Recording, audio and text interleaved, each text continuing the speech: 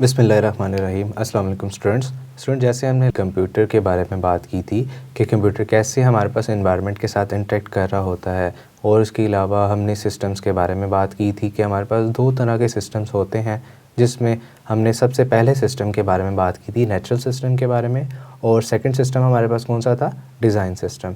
और उसके अलावा हमने डिज़ाइन सिस्टम के अंदर हमने उसके बारे में भी बात शुरू नहीं की थी।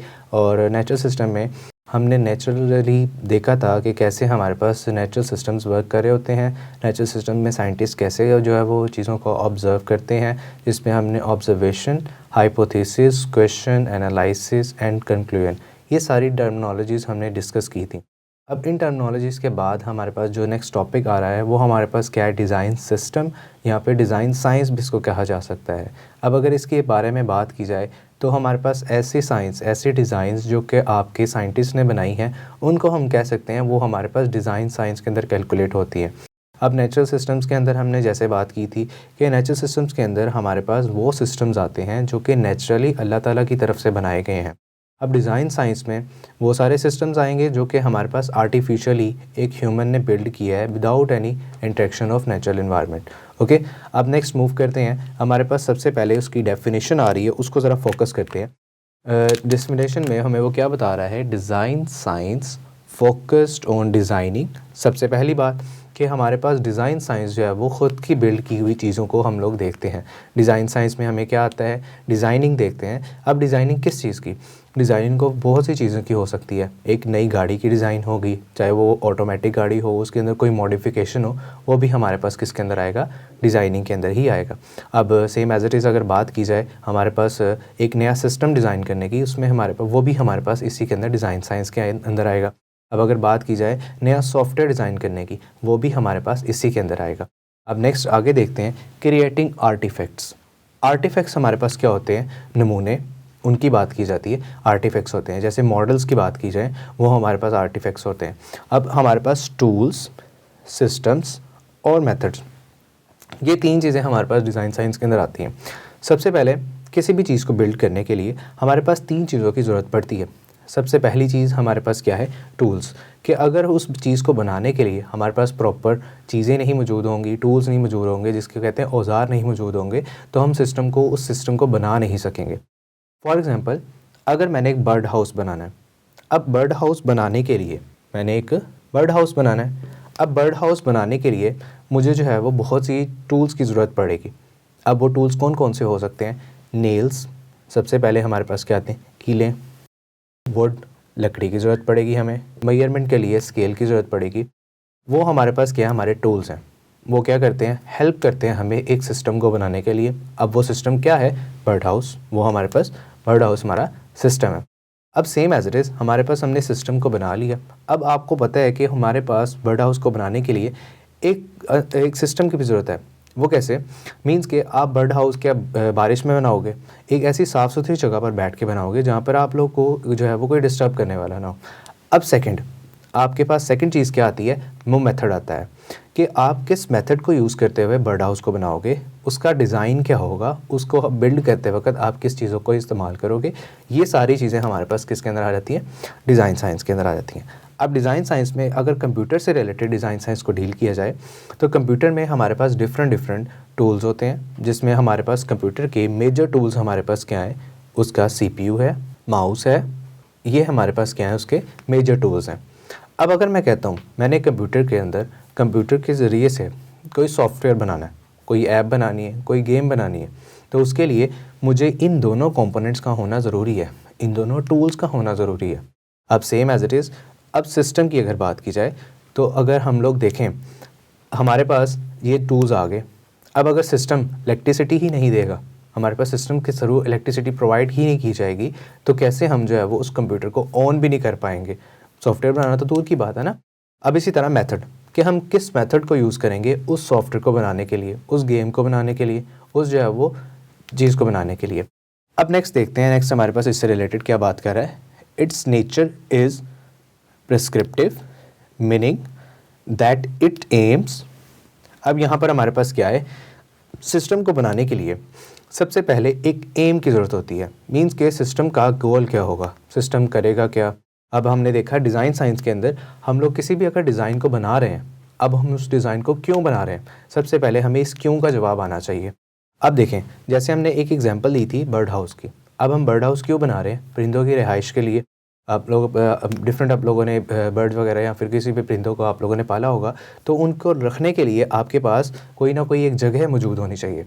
वो बर्ड हाउस भी हो सकता है, वो कोई जाल भी हो सकता है, वो कोई आपका पिंजरा भी हो सकता है। वो उसका एम क्या है कि आपके बर्ड्स को सेफ़ रखना। किन चीज़ों से सेफ़ रखना? आपको पता है कि अक्सर जो है वो बर्ड्स वगैरह को बिल्ली वगैरह पंजे मार देती है या फिर उनको खाने की कोशिश करती है। तो उसका मेन स्पेसिफिक में एम क्या हो गया हमारे पास कि हम लोगों ने उनको बचने के लिए, उनकी जान को बचाने के लिए हम लोगों ने ये एम बनाया कि हम बर्ड हाउस बनाएंगे। अब सेम एज इट इज़ अगर बात की जाए नेक्स्ट की, कह रहा है क्रिएटिव, सबसे पहले क्रिएटिव आर्टिफिशियल सिस्टम्स। अब इस आर्टिफिशियल सिस्टम को समझते हैं कि आर्टिफिशियल सिस्टम हमारे पास क्या होता है। आर्टिफिशियल सिस्टम्स वो सिस्टम्स होते हैं जो कि मैन मेड हों, मींस के अल्लाह ताला ने ना बनाए हों, वो हमारे पास ह्यूमंस के ज़रिए से अल्लाह ताला ने बनवाए हों। वो हमारे पास कौन से सिस्टम्स होते हैं? आर्टिफिशियल सिस्टम्स होते हैं। जैसे आर्टिफिशियल सिस्टम में हमारे पास कंप्यूटर आ जाता है। अगर एग्जाम्पल में देखा जाए तो आर्टिफिशियल सिस्टम में हमारे पास कंप्यूटर, ठीक है, ये सबसे बड़ा एक आर्टिफिशियल सिस्टम है। अब इसी तरह अगर बात की जाए कार, ये भी एक आर्टिफिशियल सिस्टम है, नेचुरल सिस्टम तो नहीं है ना। अब इसी तरह हमारे पास और भी मज़ीद बहुत सी एग्जांपल्स आ जाती हैं जो कि आर्टिफिशियल सिस्टम में काम कर रही होती हैं। अब आप लोगों को डिज़ाइन साइंस की टू दी पॉइंट अगर बात की जाए, ऐसा सिस्टम जो कि किसी साइंस से रिलेटेड किसी मेथड को यूज़ करके, किसी टूल को यूज़ करके, किसी सिस्टम को यूज़ करके ह्यूमन ने बनाया हो, वो हमारे पास क्या कहलाता है? डिज़ाइन साइंस कहलाता है। आई होप सो कि आप लोगों को डिज़ाइन साइंस क्लियर हो गया होगा। अब नेक्स्ट इसके एग्जाम्पल्स में भी आ जाते हैं।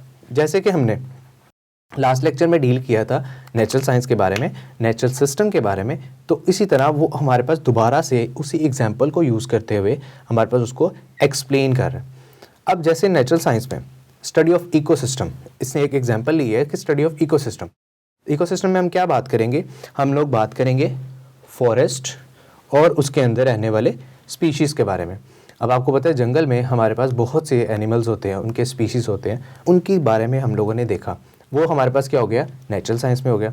अब हम लोगों ने इस नेचुरल साइंस की एग्जांपल को रिलेट करवाना है डिज़ाइन साइंस के साथ, कि हमारे पास कैसे इस नेचुरल साइंस के साथ हम लोग डिज़ाइन साइंस को देख सकते हैं। अब same as it is design science का मतलब क्या है? सबसे पहले ये चीज़ समझते हैं, developing a new software ware to manage forest data. अब जैसे हमने देखा कि हमारे पास नेचुरल साइंस है, नेचुरल साइंस के अंदर हम इकोसिस्टम को स्टडी कर रहे हैं। अब इसको हमने डिज़ाइन साइंस के साथ कैसे रिलेट करना है? अब मैं क्या कहता हूँ कि मैंने जब भी एक सॉफ्टवेयर को डेवलप कर देता हूँ उस इकोसिस्टम से रिलेटेड, मैं कहता हूँ कि ये सॉफ्टवेयर क्या करेगा? उस इकोसिस्टम में रहने वाले जितने भी हमारे पास एनिमल्स होंगे उन सब का डाटा रखेगा, ठीक है। तो इस तरह से हमारे पास नेचुरल साइंस ने रिलेट किया किसके साथ? डिज़ाइन साइंस के साथ।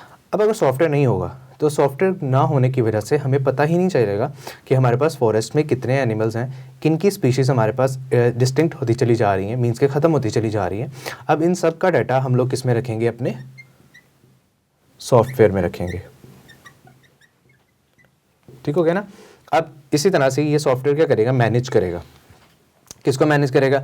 फॉरेस्ट में रहने वाले एनिमल्स के डाटा को मैनेज करेगा, देखेगा कि हमारे पास कौन से एनिमल्स ऐसे हैं जो कि डिस्टिंक्ट होते जा रहे हैं, किन की ख्याल रखने की ज़्यादा ज़रूरत है, किन को जो है वो हमारे पास फूड प्रोवाइड करने की ज़रूरत है। ये सारा का सारा डाटा हमारे पास किस में आएगा? डिज़ाइन साइंस में आएगा। अब डिज़ाइन साइंस में हम लोग क्या करेंगे? सॉफ्टवेयर बना लेंगे और उसको इस तरह से डेवलप करेंगे कि उसका डाटा, उसके अंदर हम लोग फॉरेस्ट से रिलेटेड स्पीशीज़ का डाटा ऐड करेंगे। अब आपको पता है कि हमारे पास एनिमल्स की डिफरेंट स्पीशीज़ होती हैं, तो हम लोग हर एक एनिमल का डाटा उसके अंदर कैरी करके रखेंगे। अब नेक्स्ट टॉपिक जो हमारे पास आ रहा है वो क्या है? Computer science. अब कंप्यूटर साइंस तो आपकी बुक का नाम भी है। अब इसी तरह हम लोग देखेंगे कि कंप्यूटर साइंस हमारे पास किस तरह से काम करता है, क्या है कंप्यूटर साइंस के अंदर, हम किस चीज़ को पढ़ते हैं। अब अगर टू दी पॉइंट बात की जाए, स्टडी हाउ कंप्यूटर वर्क, ये एक मेन पॉइंट है जिसको हम टू दी पॉइंट अगर बात की जाए, कोई भी अगर आपसे सवाल पूछ लेता है कि कंप्यूटर साइंस क्या होता है, तो आप उसको बता सकते हो कि हम देखते हैं जिस कंप्यूटर साइंस का मतलब क्या है कि कंप्यूटर काम कैसे करता है, कंप्यूटर वर्क कैसे करता है, कंप्यूटर का पर्पस क्या है, कंप्यूटर क्यों यूज़ किया जाता है। ये सारा चीज़ें हमारे पास किसके अंदर आ जाती हैं? कंप्यूटर साइंस के अंदर आ जाती हैं। अब नेक्स्ट, देयर लिमिटेशंस, कि कौन से काम ऐसे हैं जो कि कंप्यूटर नहीं कर सकता। जैसे हमें अल्लाह ताला ने सोचने की सलाहियत दी हुई है, हमें ब्रेन दिया है, लेकिन हमारे पास कंप्यूटर हमने नेचुरली बनाया तो है, हमने आर्टिफिशियली सिस्टम को तो बिल्ड किया हुआ है, लेकिन इसको हमने सोचने की सलाहियत नहीं दी। हम इसको इनपुट प्रोवाइड करते हैं किसी भी फॉर्म में और वो हमें आउटपुट प्रोवाइड करता है। अब इसकी भी एक एग्जांपल लेते हैं।